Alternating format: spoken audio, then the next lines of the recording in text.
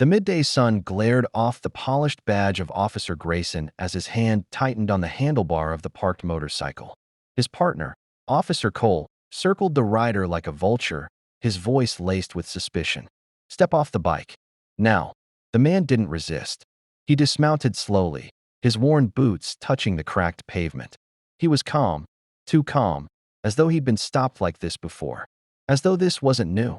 His jacket was frayed at. The cuffs, a simple patch sewn onto the back, an insignia most wouldn't notice. But the wrong man noticed today. "You think you can ride through our streets like this?" Cole sneered. The man said nothing. But in the distance, faint thunder rolled. Tires. Heavy engines. Something was coming. His name was Samuel Brooks, a quiet man, a ghost to most, living on the outskirts of town in a weathered cabin surrounded by silence. Few knew him. Fewer cared to. Samuel had served his country with distinction. 3 tours, 2 medals, countless scars. But when the uniform came off, the salutes disappeared. The country he'd bled for no longer recognized him. He didn't wear his rank on his sleeve anymore. He wore it in the quiet discipline of his life, in his morning rides, in the way he always nodded to strangers who never nodded back. Some days, the loneliness pressed so hard against his ribs, he thought he might crumble under it. But the open road always made him feel alive, until today. Today, that road led him here, to a traffic stop that wasn't about a bike. It was about who they thought he was, and what they didn't know was who he really was. Officer Grayson radioed in. Suspicious rider. No ID on him. Possible gang colors on his jacket. Gang colors. That's what they saw. That's all they saw. Cole pushed Samuel against the squad car, harder than necessary. "You one of those street thugs? Think you can intimidate us?" Samuel winced, but stayed silent. He'd faced enemies with guns, tanks, airstrikes.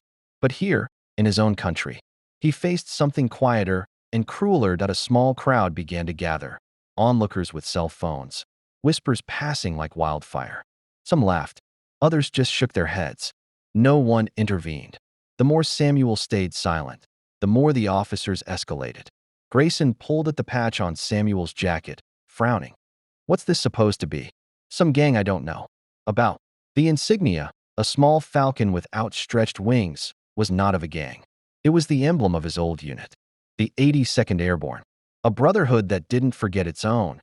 And miles away, that brotherhood had just received a call. Cliffhanger and turning point. 4 to 5 o'clock. Cole shoved Samuel to the ground, pressing a knee into his back as the cuffs clicked shut. "You think you're above the law?" he spat. But then, rumble.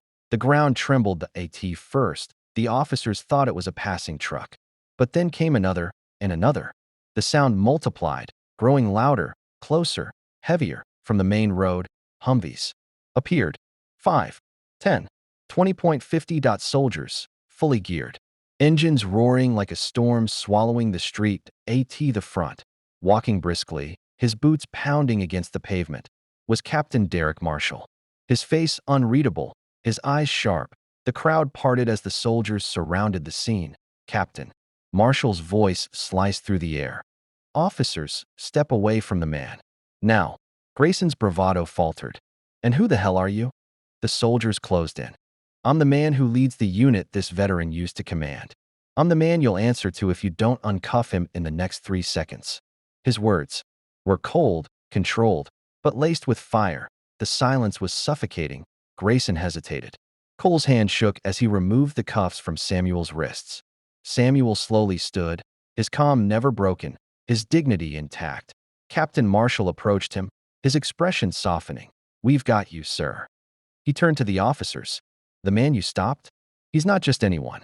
He's Sergeant First, Class Samuel Brooks. He saved my life, and the lives of most men here." Grayson stammered. We didn't know. You didn't ask."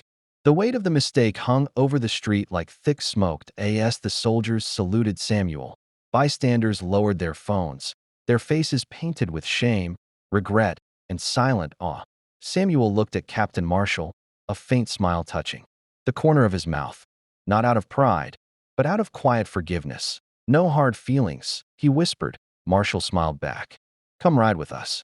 As Samuel mounted his bike, now free, the soldiers flanked him. Together, they rode through the town, Not in protest, not in anger, but in silent tribute. People stepped aside, watching, learning. Perhaps for the first time, they saw not just a man on a bike, but a hero on a journey. Some stories don't need to end in rage. Sometimes, they end in respect. That if this story moved something in you, don't just scroll past, share it. Because every silent hero deserves to be seen. Subscribe if you believe the world needs more moments like this. And remember, sometimes the quietest people have the loudest legacies.